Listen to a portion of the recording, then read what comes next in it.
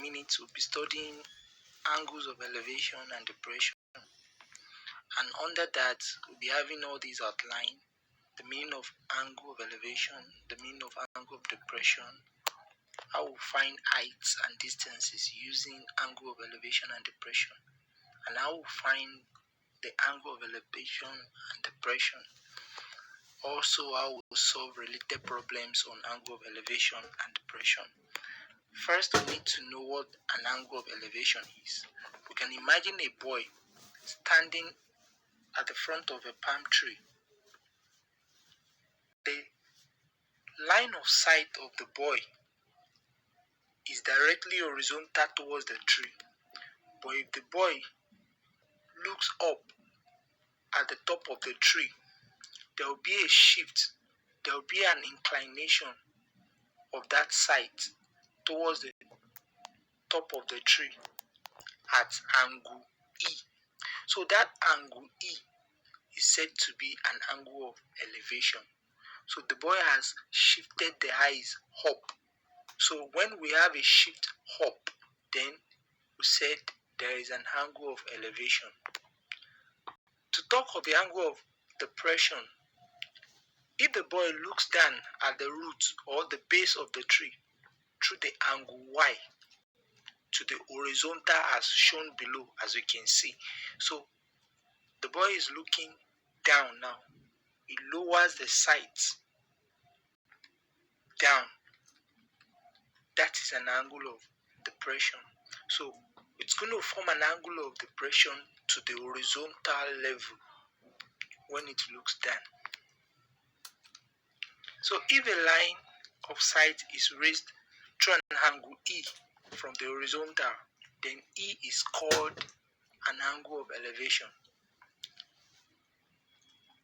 Otherwise, if a line of sight is lowered through an angle Y from the horizontal, then Y is called an angle of depression. Now, we proceed to how we find the heights and the distances using angle of elevation and depression. But before that, we need to take a revision on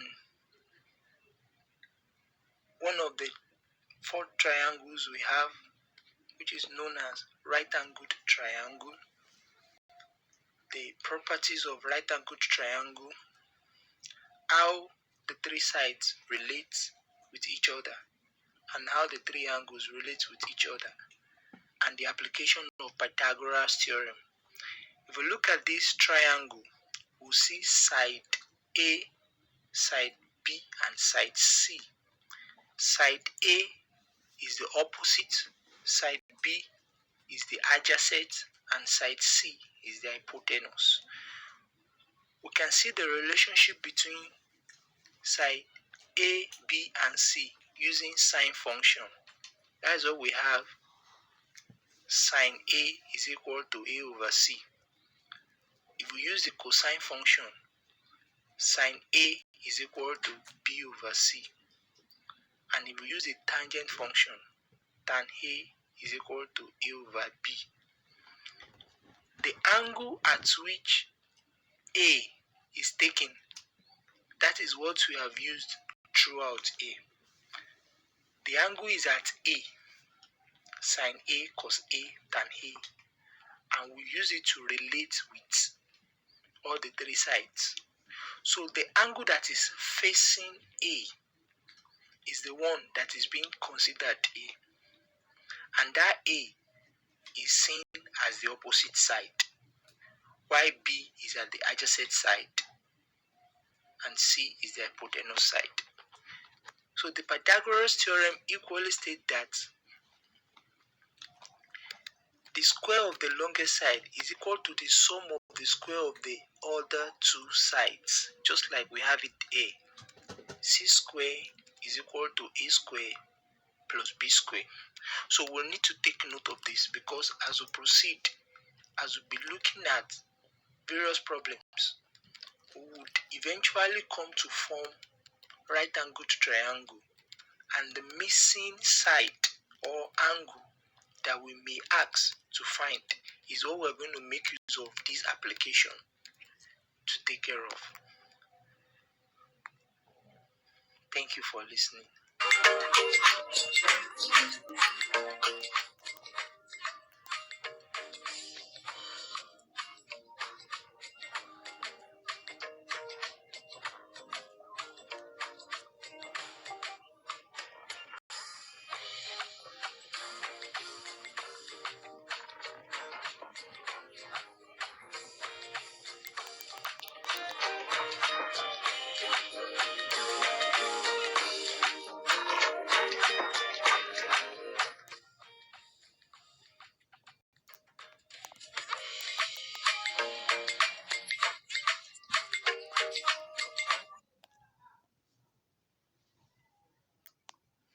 Good day, my viewers. In a couple of minutes, we'll be studying a concept, triangle, in mathematics. Triangle is one of the plane shapes in mathematics, and we'll be looking at the definition, the types, the properties of each type, and areas of application. Let's first start with the definition. Tri means three. Angulos means angle. Triangulo is a Latin word and it means three angles. So triangle is a plane figure with three straight sides and three angles. We have four types of triangle: the right angled triangle, isosceles triangle, equilateral triangle, and scaling triangle. We'll be studying this one by one. We'll start with right angled triangle. The properties of right angled triangle, as far as we can exhaust it, and it is not limited to what we listed here. We have so many other properties, but something very important is that Pythagorean theorem is associated to this right angled triangle, that of a statement where we had that in a right angled triangle, the square of the longest side is equal to the sum of the square of the other two sides. That is a Pythagorean theorem, and we can state them other way, like making A, B, or C the subject of formula. We equally have this SOHCAHTOA, which shows the relationship between the angle and the three sides, the sine function of theta, cos function, and tan function, which shows the sine theta to be opposite over hypotenuse, which is B over C. Cos theta is adjacent over hypotenuse, which is A over C, and tan theta is opposite over adjacent, which is B over A. Maybe we'll take one or two of the properties, but the very one that is most common to all triangles is that of number 7.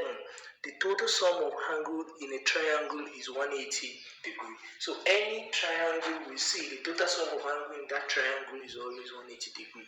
And let's look at that number 1. One angle of the triangle always measured 90 degrees. So any of the triangle will see that one angle is measured 90 degrees. It is indeed a right angled triangle. That's the property. And the area of a right angled triangle is half base times height. That is 1 over 2 times A times B. You can use that to obtain the area. We move to the second one, isosceles triangle.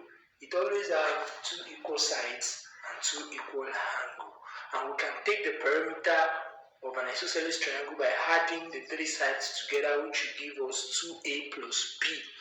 The same thing as the total sum of angle in this triangle is also 180 degrees, as was stated here, because two sides are equal.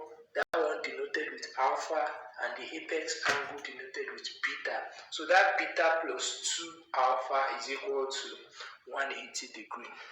And as it is, just as I have said, it has two equal lengths and it has two equal angles. It has a line of symmetry, and the line of symmetry divided the shape into two equal halves. It divides it into two right-angled triangle, and it follows the same pattern and the same properties of right-angled triangle if we divide it equal half like that. And number 3 is the equilateral triangle. This one has 3 equal sides and 3 equal angles, and it has 3 lines of symmetry. If the line of symmetry coming to divide it into equal half, coming from the three angles. It will partition the angle and it will divide the shape. And these three lines of symmetry meet at a point O at the very center of this plane shape. So the three sides are equal, the three angles are equal. It has three lines of symmetry, just like as I said earlier, and the perimeter is 3a, meaning adding the three sides together. And to find the area of equilateral triangle, we use √3/4a squared. And the fourth type of triangle is scalene triangle. It has unequal sides and it has unequal angle. In fact, it has no line of symmetry. And to find the area of this scalene triangle, we use Theorem formula. Theorem is a scientist. He was the one that worked an experiment on how this scalene triangle works, and he came up with the formula to show that adding the three sides together and divided by 2, call it to be S. Then to obtain the area, it's going to be root S into S minus A into S minus B into S minus C. Then we use that to obtain the area of this triangle. And let's look at that property number 2.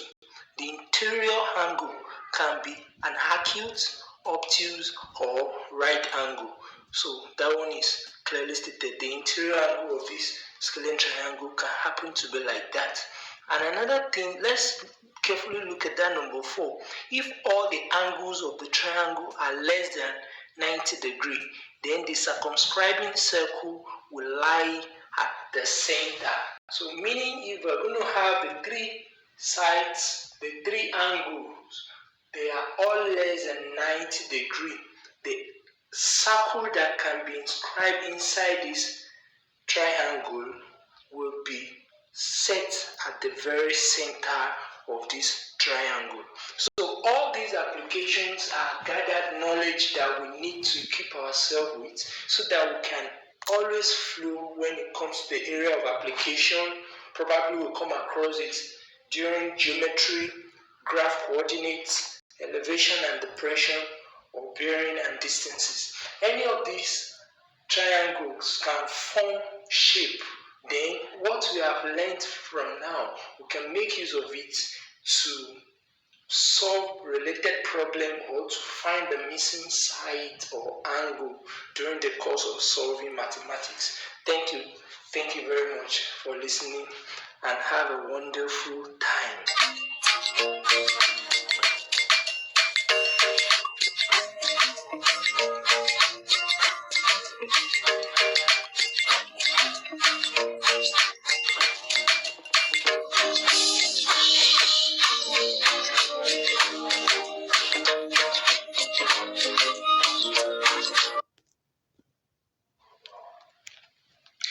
Good day, my viewers.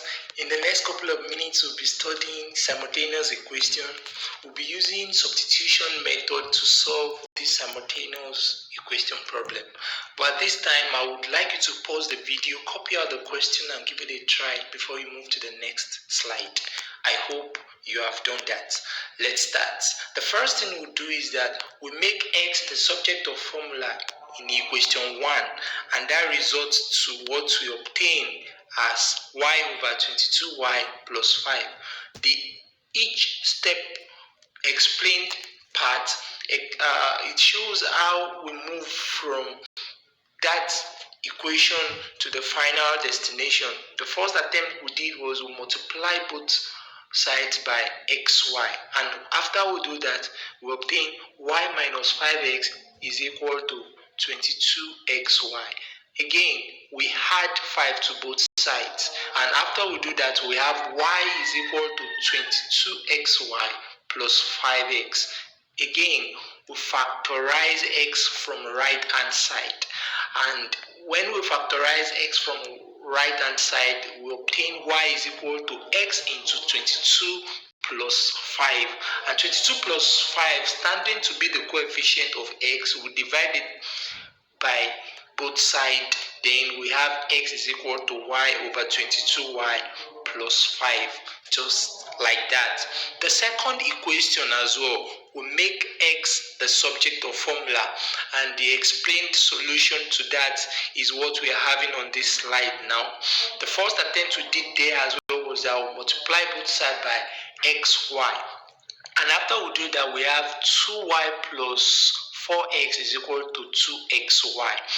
And we divide through by 2 because 2 is common in all terms. Then we have y plus 2x is equal to xy.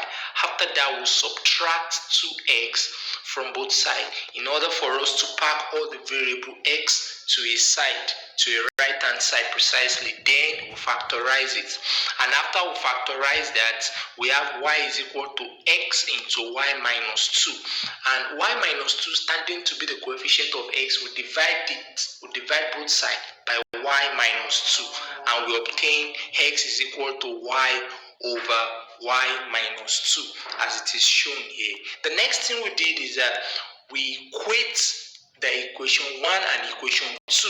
That is, as if we said x is equal to x, and we obtain y over 22y plus 5 is equal to y over y minus 2, which implies 1 over 22y plus 5 is equal to 1 over y minus 2. The reason being that when we multiply both sides by 1 over y, the y at the numerator will be cancelled out and it will be 1, 1 at the numerator. Then after we did that, we proceed from there to have a linear equation, no more fractional equation. By first attempt we did was that we cross multiply, and when we cross multiply, we use that 1 at the numerator to multiply y minus 2, and also we use the 1 to multiply the other denominator, 22y plus 5, and we have y minus 2 is equal to 22y plus 5. After that, we subtract y from both sides. When we subtract y from both sides, we are left with negative 2 is equal to 21y plus 5. Again, we subtract 5 from both sides, and when we do that, we have negative 2 minus 5 is equal to 21y. Then negative 2 minus 5 gives us negative 7, and after we have negative 7 is equal to 21y, we divide both sides by 21, happen to be the coefficient of y. Then finally we have our y to be equal to negative 1 over 3, just like we are seeing it on the slide A. So that is the process. And after we have obtained the value of y to be negative 1 over 3, we now put it into any of the equation. We're considering equation 1 now. We substitute y into equation 1, and after we have done that, we have this equation 1 over x minus 5 over negative 1 over 3 is equal to 22. This is what we simplify to move to the final answer of the value of x, and the simplified process is explained under this section of each step explained.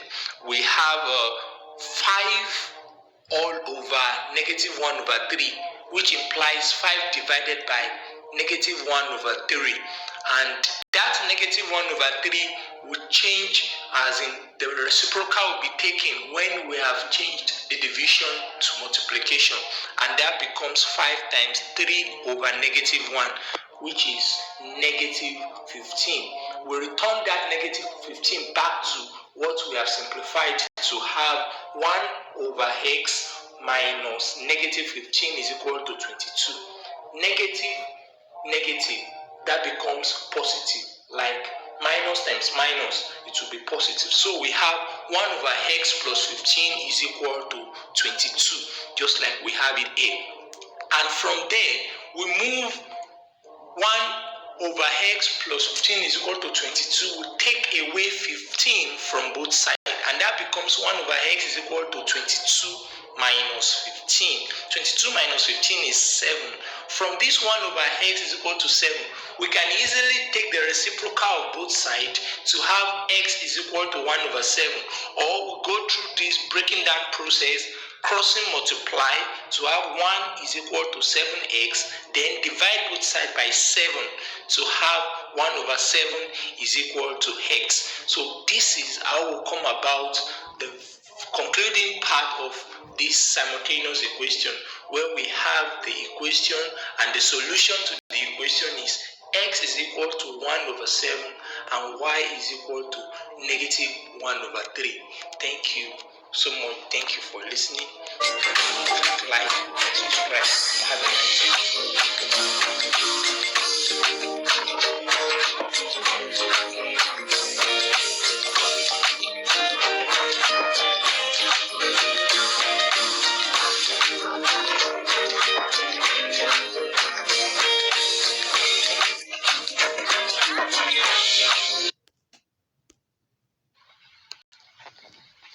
Good day, viewers. Shortly we'll be studying arithmetic progression. We'll be looking at what arithmetic progression is. We'll look at the definition of sequence, derivation of nth term of AP, and derivation of sum of the nth term of AP. So we'll start with the definition of sequence. Sequence is an ordered list of number. Just like example we have down here, 1, 2, 3, 4, 5, 6, 7, 8, 9. We can liken it to be a sequence, and some other ones as it is shown on the screen. These are called sequence. And what do we mean by arithmetic progression? Arithmetic progression is a sequence of numbers such that the difference between the consecutive terms is constant. We can see here that 1, 2, 3, 4, 5, it has consecutive term of plus 1. After the succeeding term, there will be an additional one to give us another term. After the preceding term, there will be additional one to give us the succeeding term. The same thing with 5, 10, 15, 20. After the former term, to have another term, there will be additional of 5. So, and that consecutive term makes it to be 5, 5 increase. Just like the third example as well, 3, 6, 9, 12, 15, and it keeps growing like that. So that is an example of arithmetic progression. And how do we come about the derivation of nth term of arithmetic progression? We can start an assumption to let the first term, that is the first number to write, we can let it be A, we can let the common difference be D, and we'll let the position of the term, we'll denote it by n. And we want to pick this 3, 5, 7, 9 as an example to run through how the arithmetic progression behave. The first term is known to be A, which is 3. The second term, there is a value added to the first term to give us the second term, which is 5. There's another value added to 5 to give us the third term, which is 7. If we can see very carefully, we'll realize that there's additional 2 to give us the subsequent terms. Just like we have it at the top left corner here, the first term is 3, the second term is 3 plus 2, the third term is 3 plus 2d, the fourth term is 3 plus 3d. So 3 is the first term, which is likely to be A, and what we use to generate that has become A plus n into 1d, and that is how we generate the nth term of an arithmetic progression. As you see the behavior of A plus D, A plus 2D, A plus 3D, if we continue to grow like that, we realize that it forms a pattern of A plus n minus 1D. So we'll proceed to, this is the conclusion of what we have just generated, the derivation of nth term of arithmetic progression. Now we'll proceed to how we derive the sum of the nth term of arithmetic progression. Let's take for instance, when we say 1 plus 2 plus 3 plus 4, we add it up till 10, and we'll still turn it a converse, 10 plus 9 plus 8 plus 7 plus 6 plus 5 plus 4, and it grows down like that. We can liken it to be that when we sum all these up together and we take the first move as equation 1, the converse, we take it as equation 2. We now consider adding the equation 1 and equation 2 together. S plus S is 2S. 1 plus 10 is 11, 2 plus 9 is 11, 3 plus 8 is 11. So all those will produce 11, 11, 11 in 10 places. That is why we have n of 11. So n is the number of times that sequence occurred. So that is why we have n in 11. So similarly, we can liken it to the general term, which is a plus d, a plus 2d, that grows on to become a plus n minus 1d, and we can set its converse as well. So s plus s, which is also 2s, just like we take one example from the previous one, that 1 plus 10 is 11, so also we can take a plus n into 1d, and it will give us what we are having here. And do not forget that when we had a plus n into 1d, it is equally similar to saying how many number of times it appeared, just like we have that of 11 plus 11 plus 11 in 10 places. That is why we have n. So that n is a multiple of that 11. That is why we have to include that n here. Then we have 2s is equal to n into a plus n into n minus 1d, which is equal to n into 2a plus into n minus 1d. And this is how we form the sum of nth term. By dividing both sides by 2, then we have s is equal to n over 2 into 2a plus n minus 1d. Thank you for listening. This is the summary of what we have just studied. And this is applicable in different ways, whereby you have a list of problems, questions that requires you to find the pattern, a sequence, or the sum of the nth term, or the nth term position of the number under arithmetic operation. Thank you so much for listening.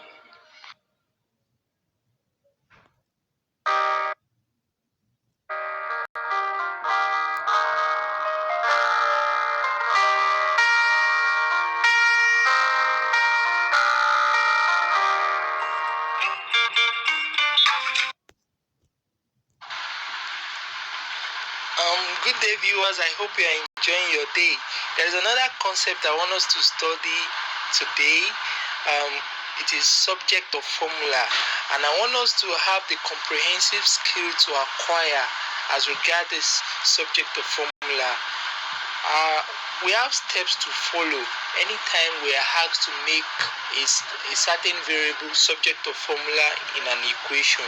The first thing is to identify the variable, and once we are done identifying it, we should perform mathematical manipulations that will make sure we pack all the variables, all other variables at the side, and bring the identical variable we want to make the subject of formula at the side as well, left hand side to be precise. Then we express our equation decently.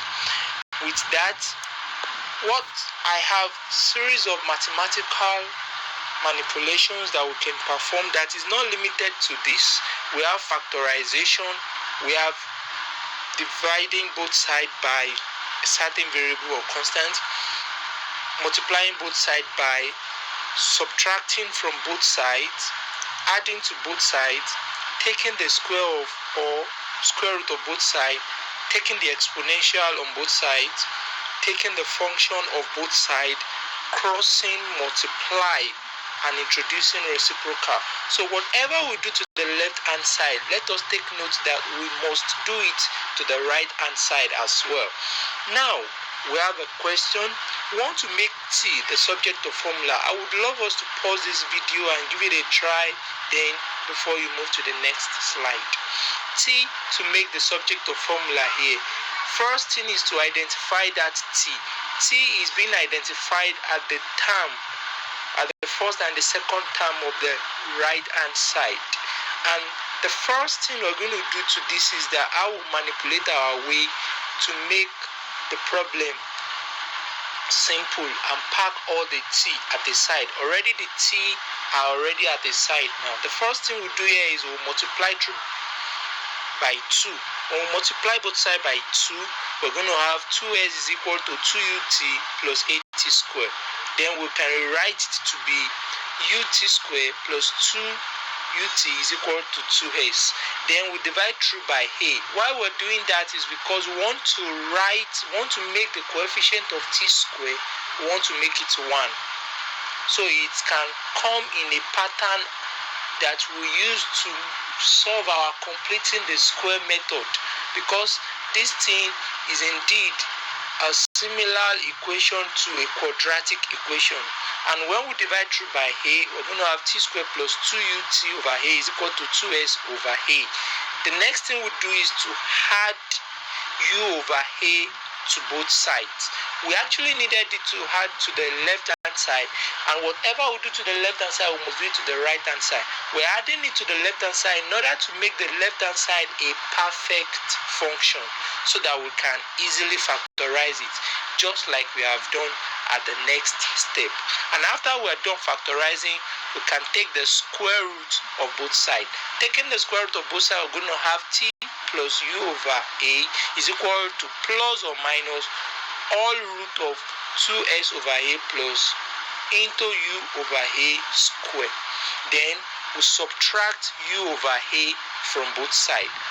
After we're done subtracting u over a from both sides, from the left hand side it will be left alone t, and all other variables and constants are now at the right hand side. We're already done if we're to consider it as our subject of formula, but we can express our answer decently by taking the square root of a square at the denominator, and we have the next line, which is t is equal to minus u over a plus or minus root 2as plus u square over a. Then we can take the LCM to actually having a perfect form of how we usually write the conventional quadratic formula. And this is the end of it. Thank you so much for watching. Let us always take note of all these skills. They are very, very important in the field of mathematics.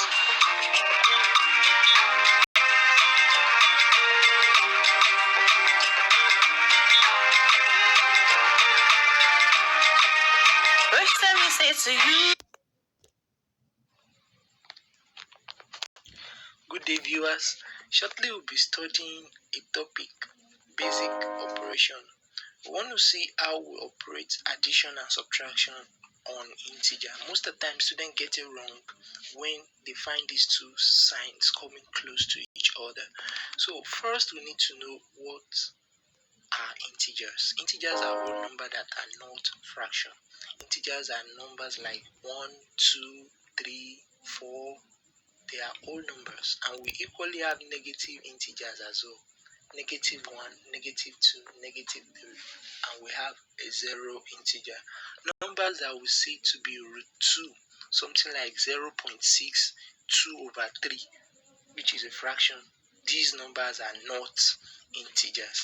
So now I want to move on to see how we perform operations on numbers like this. Please, at this point, I would like you to hold your pen or pencil so that we can flow as we're taking this question one after the other. But take note of this: when we have two same sign multiplying themselves, it will be positive. When we have two different signs multiplying themselves, it will be negative. Let's start with the number 1. Negative 2 minus negative 3 plus 6 plus negative 1 minus 8. How do we go about that? We have seen at the first instance that minus negative 3, we have two same sign coming together. It will be addition.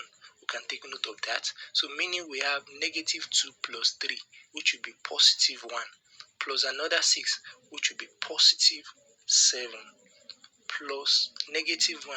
We are seeing two signs coming together now, which is different signs. It will result to negative, meaning we're going to have 7 minus 1, which is positive 6, and we have negative 8. So that negative 8, operating it with positive 6, it will give us negative 2.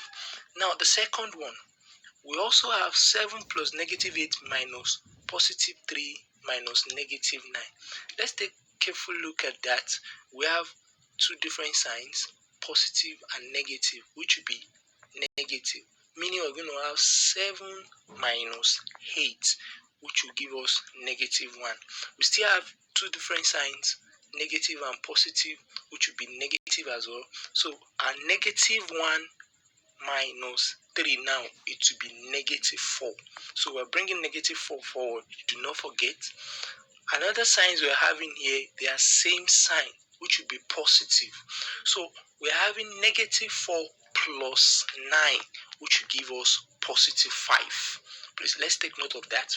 And coming to number 3, this one seems to be ambiguous, but no.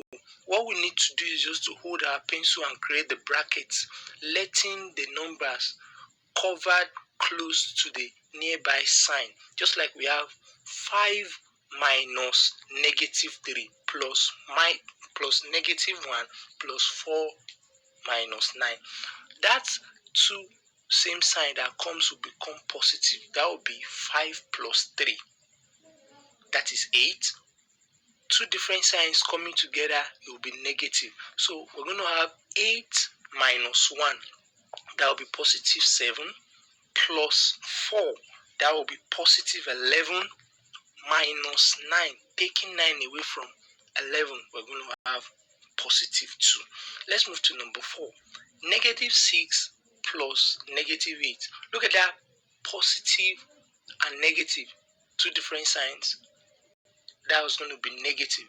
We're going to have it to be negative 6 minus 8, which will be negative 14. Minus another 3, which will be negative 17 plus 2. So it will now reduce that negative index. It will become negative 15. We're having two different signs here as well. It's going to be negative, and we're having negative 15 bringing forward. So minus 1 now, it will now become negative 16. Let's quickly look at that number 5 as well. Negative 13 plus negative 27 minus positive 13 minus negative 21 plus positive 2. Let's take careful note of this. The first sign we are having is that two different signs, positive and negative, which will give us negative, meaning we're going to have negative 13 minus 21, which will give us negative 40. We're having two different signs as well. Here is going to be negative. So negative 40 minus 33, which will give us negative 73. We're having the same signs here. Positive, it's going to become positive, and we're coming with negative 73 plus 21 now, plus 21, negative 73 plus 21. So meaning that positive 21, we're going to pull it out from that negative 73, and that will be negative 52. We're having plus positive 2. This one is the same sign, it's still going to be plus, meaning we're coming with negative 52, and we're having plus 2, meaning that we'll take that 2 out of that negative index, and it will be left with negative 50. So this is how we perform this operation. I want you to slow down. You can take this video again so that you get to see how those index works. Thank you so much for listening, and have a wonderful day.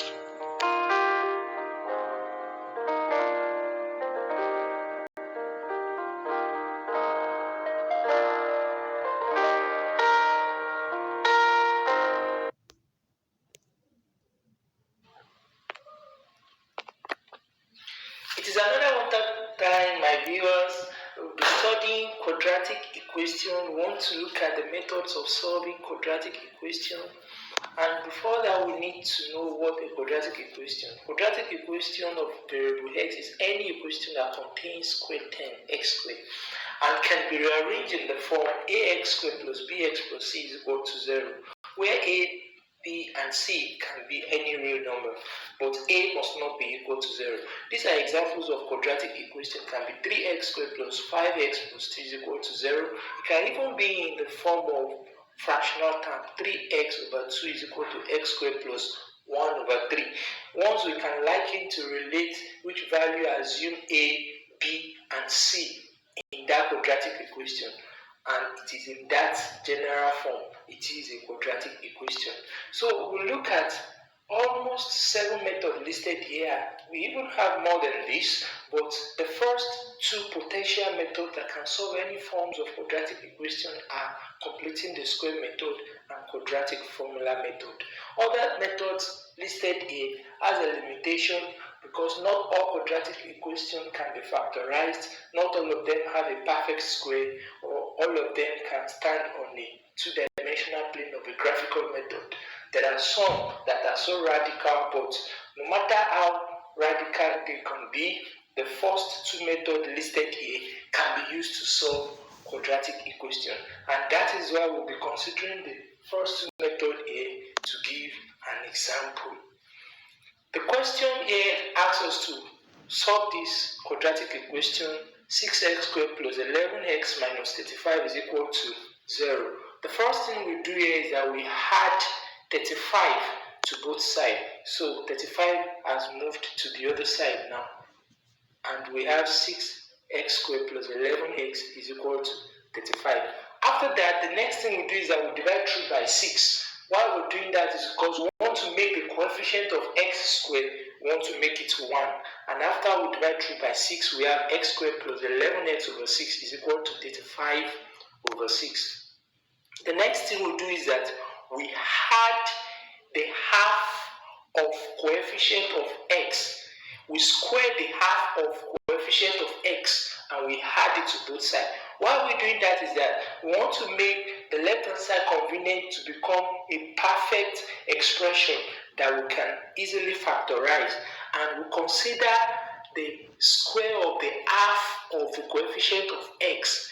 The coefficient of x is 11 over 6 and the half of that is 11 over 12. So the square of it is 11 over 12 all square, and that is what we add to both sides. And when we do that, we can now factorize it easily, and the factor will become x plus 11 over 12 all squared. And we have simplified the other side here because 11 over 12 will become 11 over 12 squared will be 121 over 144.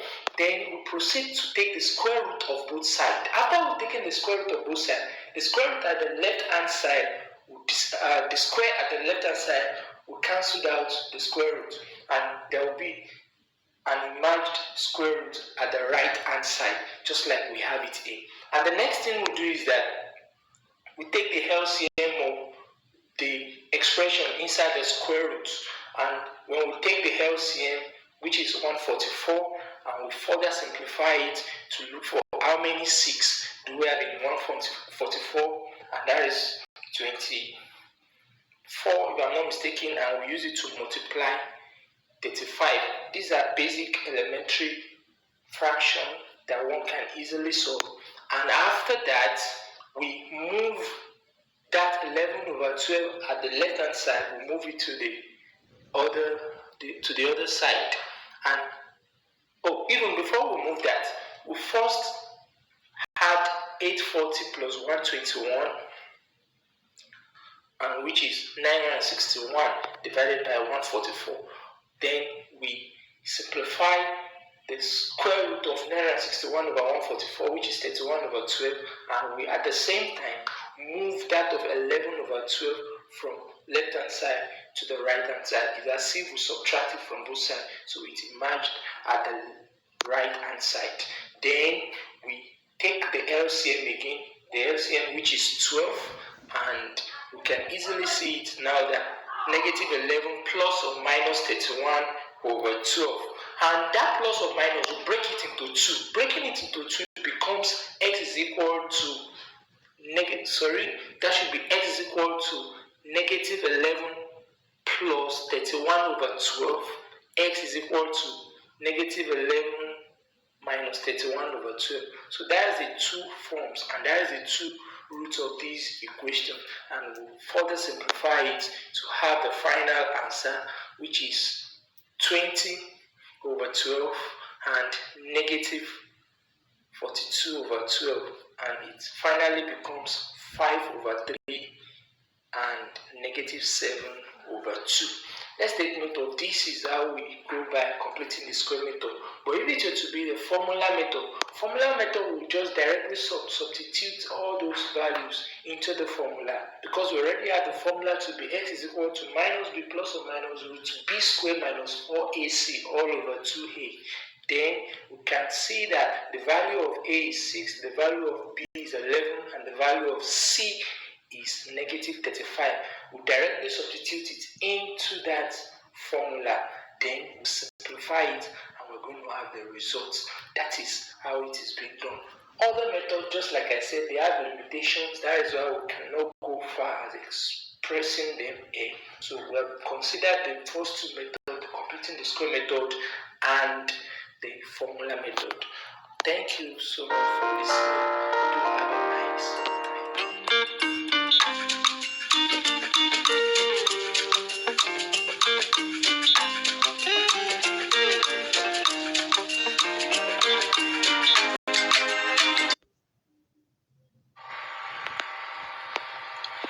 Good day, my viewers. It is another time to study mathematics, and the topic we're studying this time is circle theorems. We want to look at the 8 basic circle theorems we have in mathematics. And before that, we need to take note of the parts of circle, because as we'll be coming across some circles, charts, we need to know each part. The first circle here shows us the radius. The second one shows us where the sector is. That black shaded portion is the minor sector, and the larger part of it is the major sector. We also have the minor segment and the major segment at that yellow portion. After that, we have the arc. The arc is what is located, is what is pointed at with an arrow. We equally have tangent to a circle. When we have a tangent to a circle, that is a straight line that touches the circumference. We can see it. The circumference is that turn that goes around a circle. So also we have chord. The chord touches the two circumference. It touches the first side and the second side, and that is what an arrow is pointed at. We also have what we call diameter. Diameter runs through the first side of the circumference to the second side of the circumference, through the middle, through the center of a circle. And in fact, diameter is the longest chord we ever have, and that runs through the center of the circle, as we can see. So now let's go to the 8 circle theorems we have. Number 1, all the circle theorems are listed here, and we'll be taking them one after the other. The first one, the angle at the center is twice the angle at the circumference. What do we mean by this? Meaning, at the circumference, look at that point D and look at that point A. Point A is at the center, point D is at the circumference. The angle at the center, point A, is 150. We take for instance, so half of that is what is at point D at the circumference. Or we say it other way, the twice of the angle at point D is equal to the one at the center. 75 times 2 is 150. That is the first theorem that we have. And The second one is the angle in a semicircle is 90 degrees. Angle in a semicircle is when we have half of a circle. This is what we call a semicircle. And in fact, this angle that happen to be at 90 degrees, meaning that triangle in a semicircle is a right angled triangle. At that circumference, we have 90 degrees at point C. So angle in a semicircle is 90 degrees, and it is indeed a right angled triangle. Let's take note of that. Number 3, angles in the same segment are equal. We have shown us what a segment is. Point C and point D, they are both in the major segment, as we can see here. And angle at the same segment, in the same segment, as we can see, they are equal. So angle at D is equal to angle at C. That is another theorem. Let's take note of that. Number 4, opposite angles in a cyclic quadrilateral add up to 180. What do we mean by this? Two angles that are facing each other, they are opposite angle, and when we sum them together, they must be equal to 180 degrees, provided that it is a cyclic quadrilateral. What do we mean by cyclic quadrilateral? Is a quadrilateral that is inside a circle, and all the 4 angles touches the circumference of the circle. As we can see, angle at point C plus angle at point E, when we sum them up, it must be equal to 180. Angle at point D and angle at point F, when we sum them up, it must be equal to 180. Let's move on to number 5.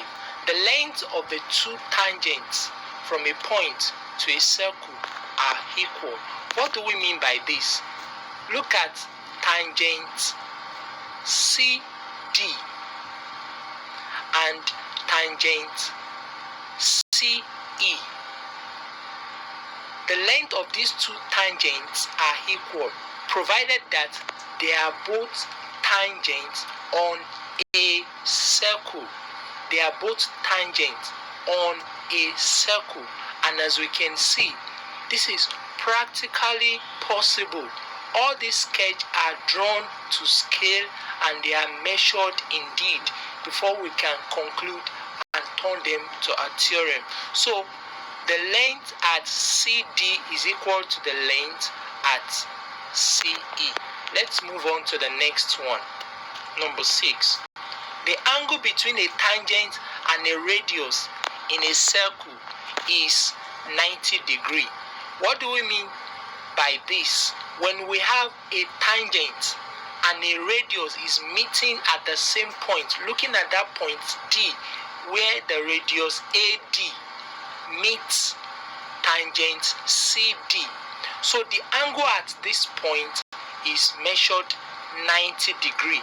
The same thing to the other one here, tangent CE and radius AE, where they both meet, it is at 90 degrees. Let's move on to the next one. Number 7. Please let's be very careful at this one. The angle A. What do we mean by angle A? The angle A between the tangent and the chord at the point of the contact D is equal to the angle B in the alternate segment. Let's take note of this very carefully. The angle alpha, look at where angle alpha is located, down here at point D. The angle alpha between the tangent and the chord, take note of it very carefully. We have tangent CD and we have chord DF.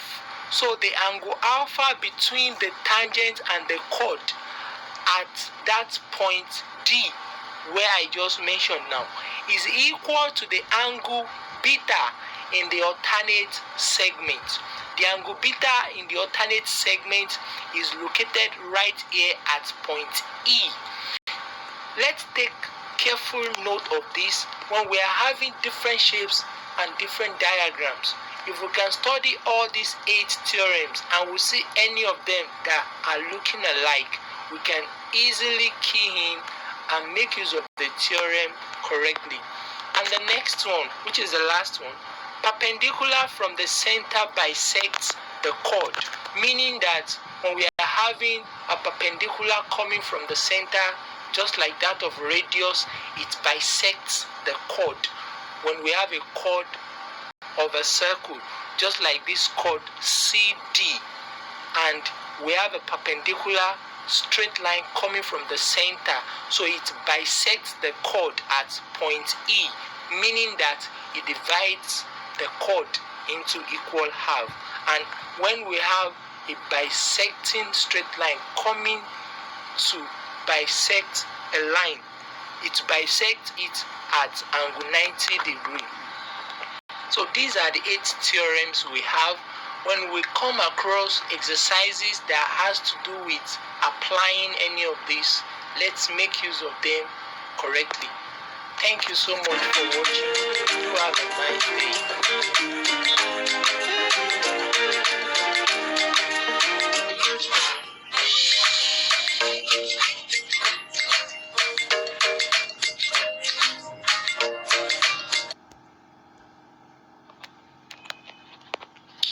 Good day, listeners. We have an algebra question to solve today, and we want to use direct substitution method. Let us take a look at this question. Given x squared is equal to x plus 1 and x raised to the power 6 is equal to ax raised to the power 3 plus 1, we are to find a. We cannot directly make a the subject of formula because we're going to find the scalar magnitude of a. So the first thing we'll do is that we take the left hand side, x raised to the power 6, we factorize the power and it becomes x raised to the power 2 into raised to the power 3 is equal to ax raised to the power 3 plus 1. And after that, do not forget we're given the substitution of x raised to the power 2 is equal to x plus 1. We can directly substitute that into where we have x raised to the power 2 as x plus 1. Then after that, we expand the left hand side. And the expansion goes thus. We can use binomial expansion directly, or we can take it one after the other. And after we are done expanding it, we equate them back, what we have at the left hand side and what we have at the right hand side. Then after that, we subtract 1 from both sides so that we can easily have x raised to the power 3 plus 3x squared plus 3x is equal to ax raised to the power 3. After that, we divide through by x. Dividing through by x, we're going to have x raised to the power 2 plus 3x plus 3 is equal to ax squared. And after that, we can now resubstitute x squared, which is x plus 1, into that equation. Anywhere we see x squared, we put x plus 1. And after that, we can simplify what we have. After we simplify the left hand side to be 4x plus 1 because x plus 3 is 4x, 1 plus 3 is 4. And the other side here remains what it is, a into x plus 1. And after that, we factorize the left hand side, we factorize out the 4. And once we are done factorizing the 4, we can easily see here that x plus 1 can cancel out. We divide both sides by x plus 1 and we can easily have the final answer, which is a is equal to 4. So thank you so much for listening. Yeah.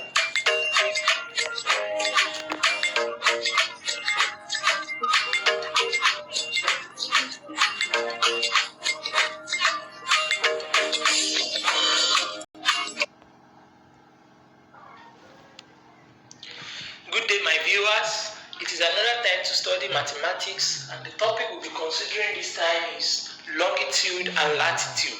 We want to look at the concept of longitude and latitude, considering the definition of longitude and latitude, the lines of longitude and latitude, how we sketch position of point or location on a great circle, and how we calculate the distance between 2 points on a parallel latitude and on a great circle. because most of the time students confuse these two. They just find the distance. We'll do justice to that during the course of this lesson. So what is latitude and what is longitude? Latitude is an imaginary line. You can see it there. That imaginary line drawn around the earth, which shows how far the north or south from the equator. The equator is that line that drawn across the west and the east. It is pointed with arrow labeled at the right diagram, the left diagram we're looking at. So that is the equator. And what the line of imaginary lines that we're having is a latitude. These are latitude and they are imaginary lines. It shows how far to the equator. As we can see, it shows how far the north and the south is to the equator.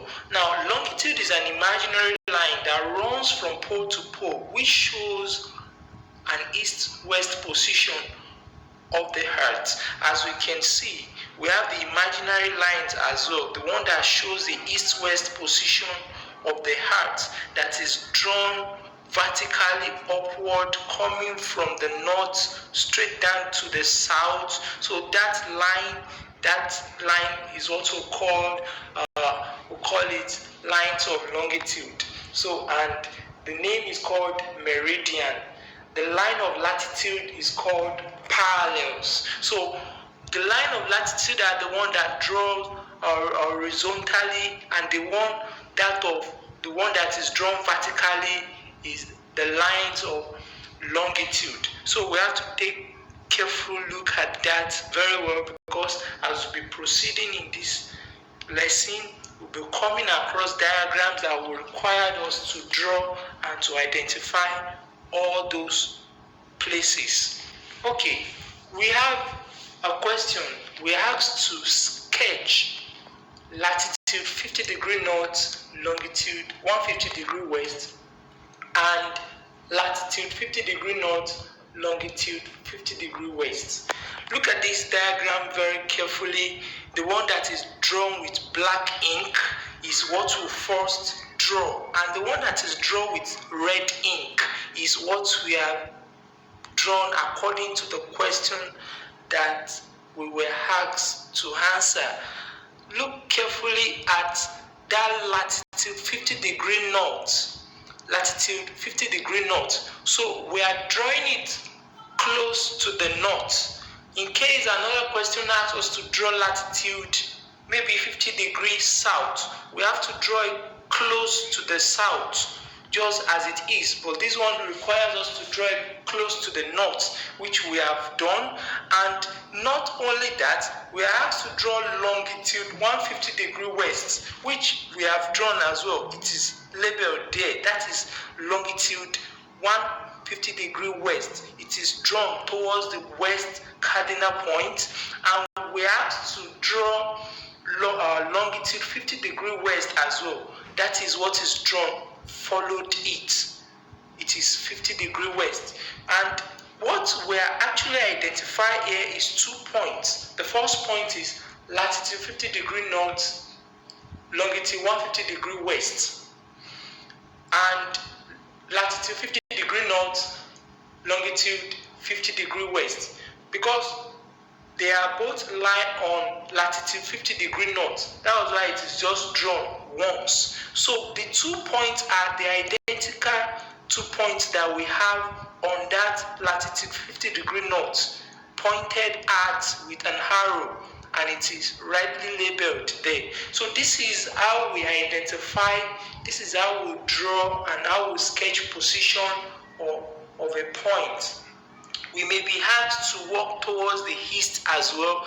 East is by the right, west is by the left, north is by the top, as we can see. So as it is given to us, knowing to do well to identify that latitude is drawn horizontally, and it could be towards the north or towards the south, while longitude is drawn vertically.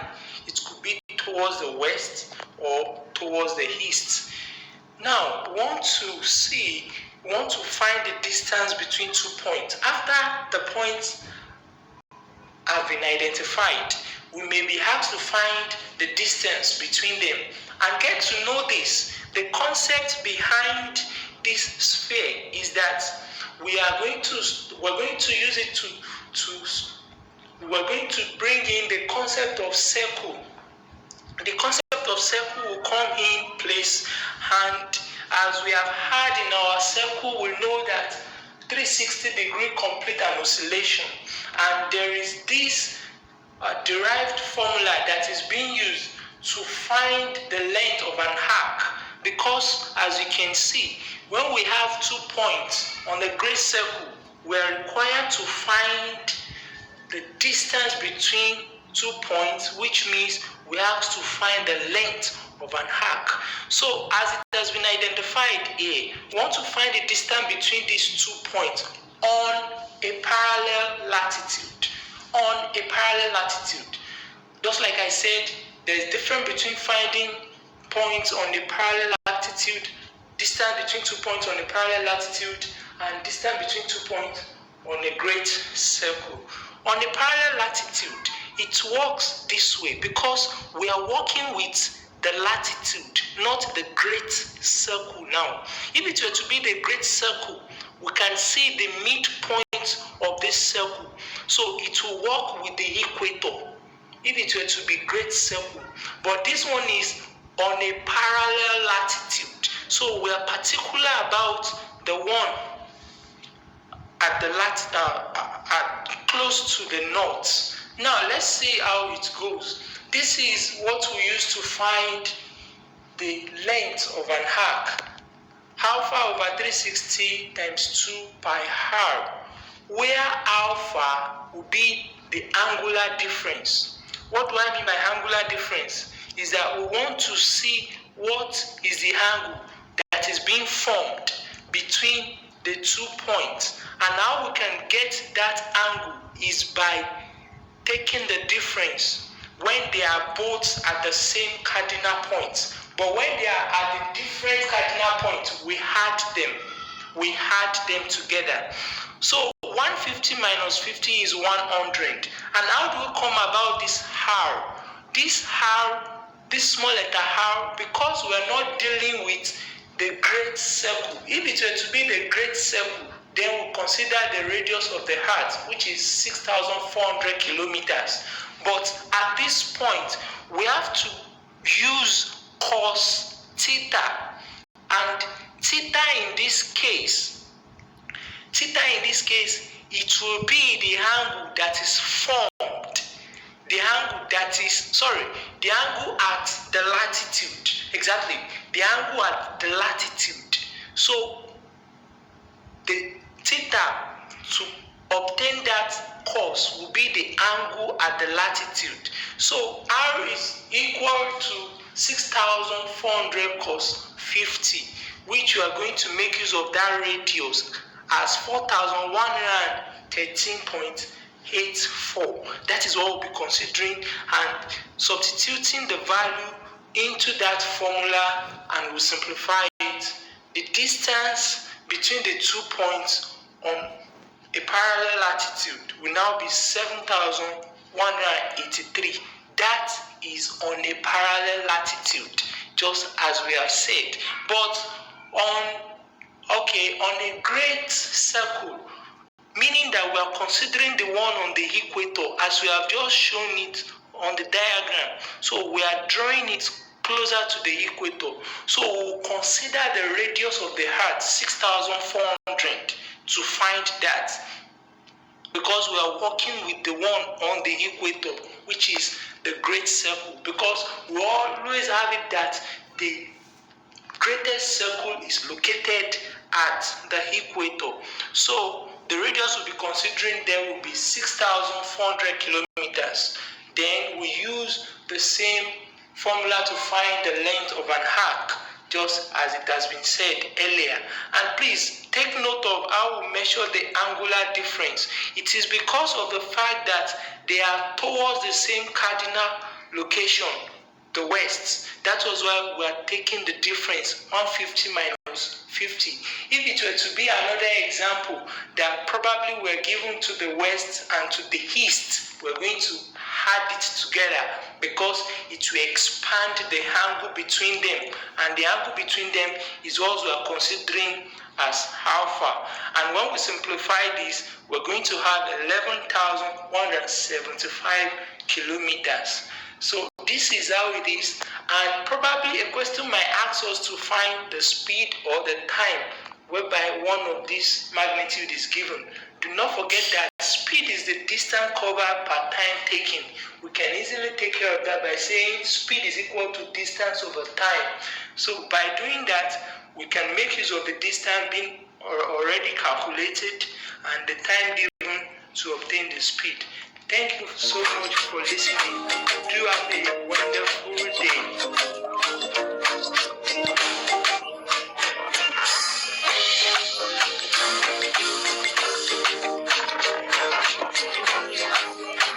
Good day, my viewers. It is another wonderful time to study mathematics, and the topic we'll be considering this time is binomial expansion.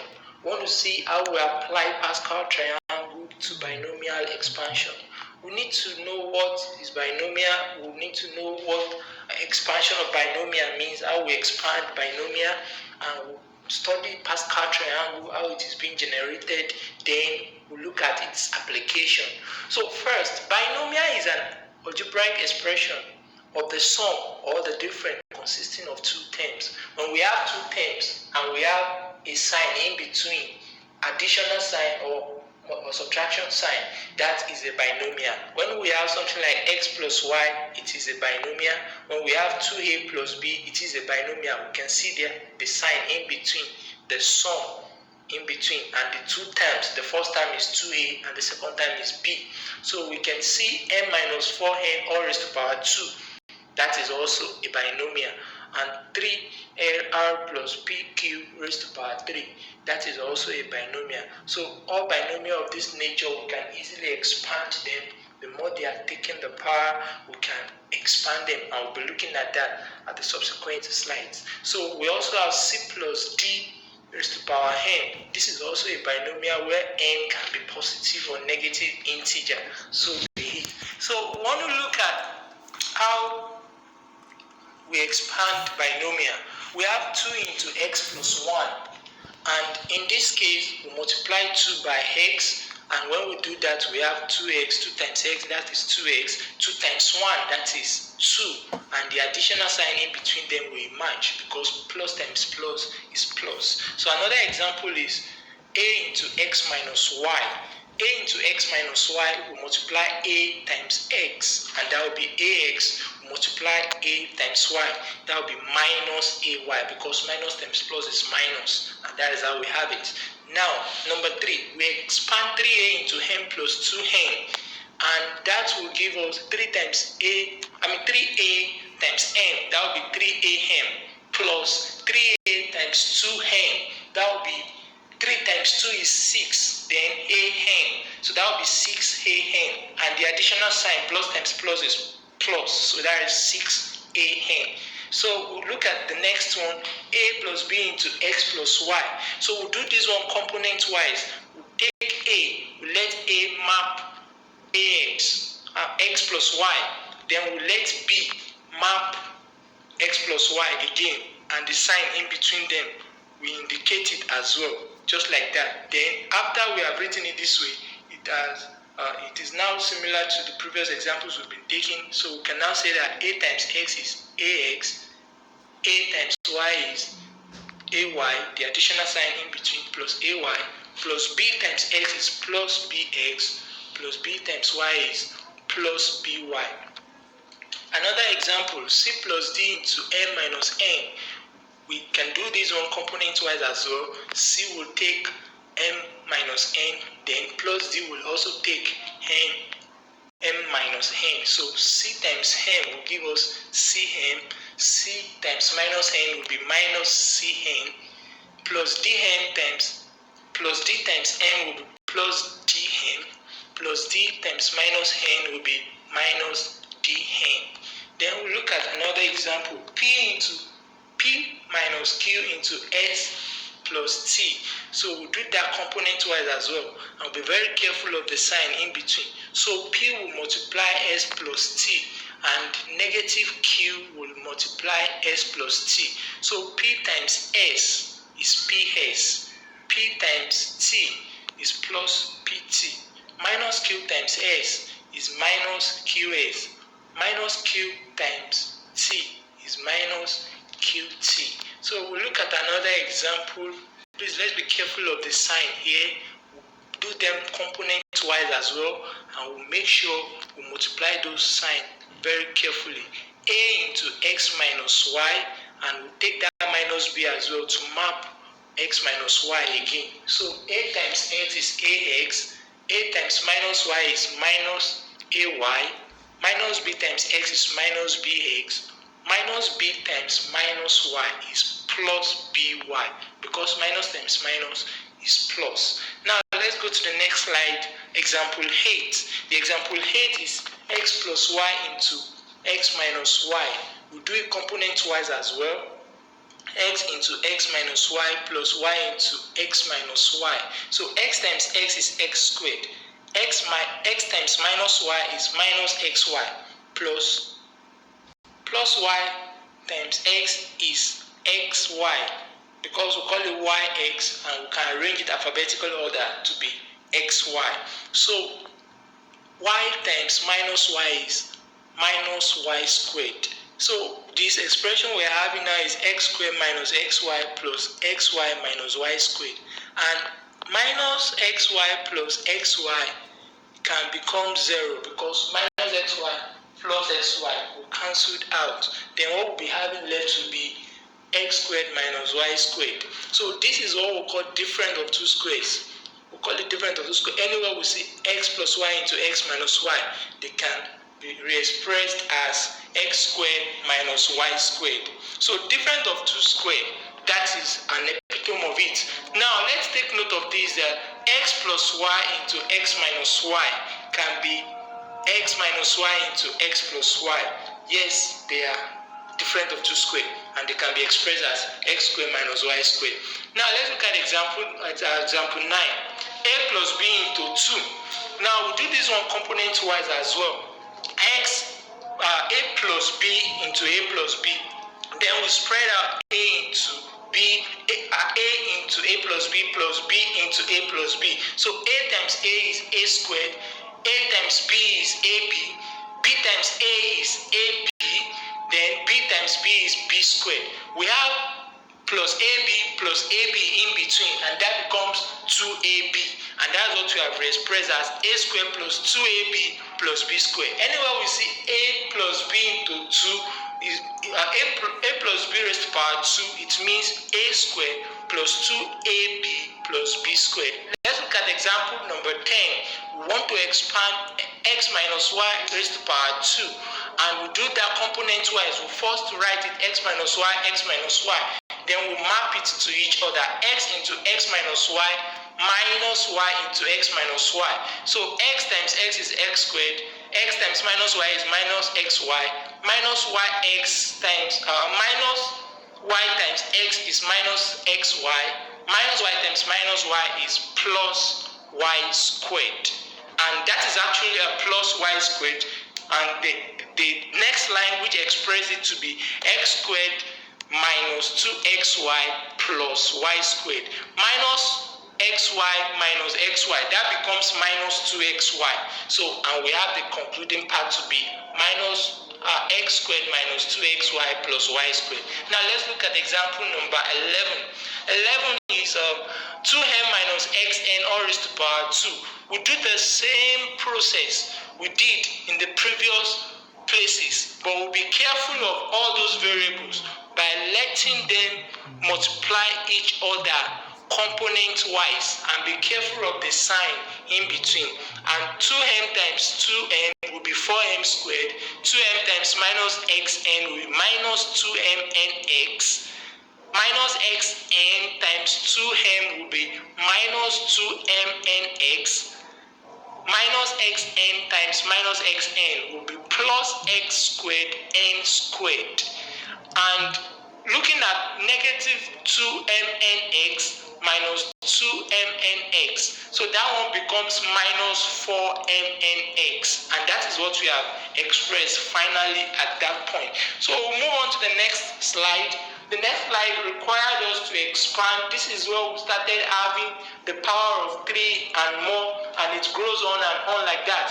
And when we have the power of 3, what we do is that we'll express them one by one, and we'll do it one after the other.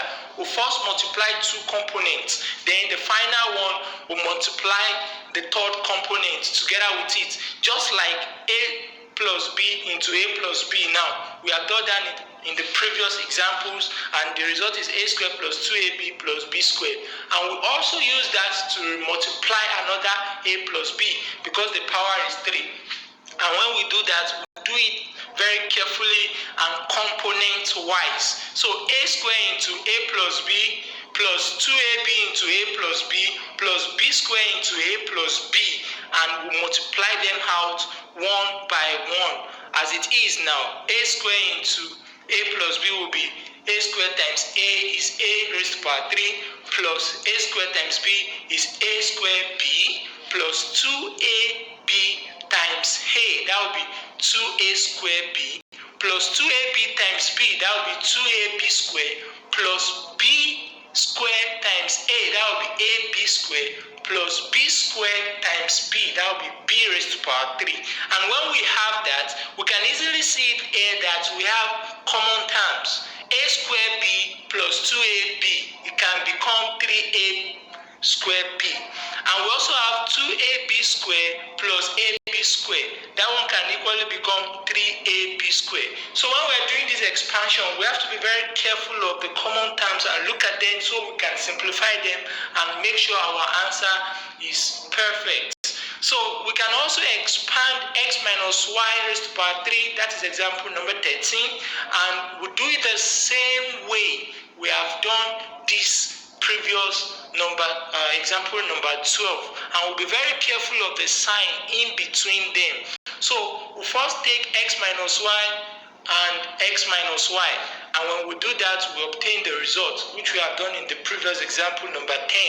Then we use that component also to multiply x minus y, and we'll do it one by one, just like we have spelled it out here. So I want us to go through this line by line, and we'll see the concluding part, how it is summarily expressed. So that is how we perform binomial expansion. Another thing we have is Pascal triangle. Pascal triangle is an arrangement of number that gives the coefficient in the expansion of binary expression such as x plus y all raised to power n. Just like I said earlier, that this n can assume negative or positive values. This is when we apply it. When we have Pascal triangle, I'm going to show us how we generate this Pascal triangle, and that n can assume big numbers, positive numbers. Once we have Pascal triangle, we can easily run through the coefficient of what it will be. Just as it is now, we have binomial that happen to be x plus y raised to power 0, and that result is going to be 1. Anything numbers raised to power 0 is 1. So x plus y raised to power 1, the coefficient of the terms will be 1 and 1, and that is it. So this is how we generate Pascal triangle. We first write 1, and we'll use 1, 1 to cap it sideways. Then we write another 1, and we add the previous two ones together to give us 2. We write it at the middle, and we'll cover it with another 1. And the next thing is that we still write 1. We then add the previous 1 and 2 together to give us 3. We write it under it.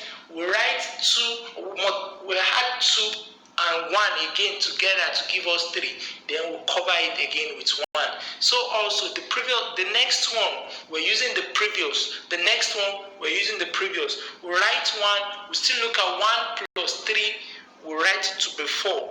3 plus 3, we write it to be 6. 3 plus 1, we write it to be 4, then we'll cover it with 1. So we can continue to expand this Pascal triangle as far as possible and it grows bigger like that with respect to the power on the binomial. And this is how we apply it. This is how we apply Pascal triangle. When we ask to expand something like 2a plus b all raised to the power 4, and we have seen it that the coefficient that it will carry will be 1, 4, 6, 4, and 1. So they will go in line with each of the terms. And this is how we write the term. The first one will multiply 1.